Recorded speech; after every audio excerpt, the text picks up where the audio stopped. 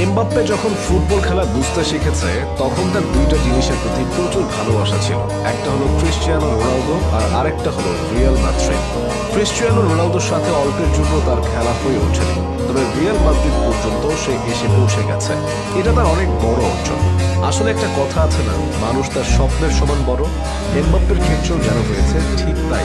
1998 সালের 20 ডিসেম্বর এরকম এক শীতে আইফেল টাওয়ারের শহর প্যারিসের জন্ম। এমবাপ্পে, মানুষ তাকে একজন সেলফিশ খেলোয়াড় হিসেবে চেনে। আসলেও কিছুটা সেলফিশ সে, কিন্তু সে একজন অসাধারণ ফুটবলার। এই কথাটা মানুষ ভুলে যেতে চায়। ভিনিসিয়াস জুনিয়রের মতো একজন খেলোয়াড় যিনি রিয়াল মাদ্রিদের হয়ে খেলছেন দীর্ঘদিন এবং জিতে নিয়েছেন ফিফা দ্য বেস্ট পুরস্কার, সেই ভিনিসিয়াসও এমবাপ্পের সেলফিশনেসের চাইতে তার খেলার ভক্ত বেশি। তিনি নিজেই বলেন, আমি এমবাপ্পের বড় ভক্ত। সে রিয়ালে আসার আগেও আমার তার সাথে অনেক যোগাযোগ পেয়েছে। এখন আপনি বলেন তো, রিয়ালের মতো দলে খেলে যাচ্ছেন, তার কি দরকার আছে এমবাপ্পের সাথে যোগাযোগ রাখা?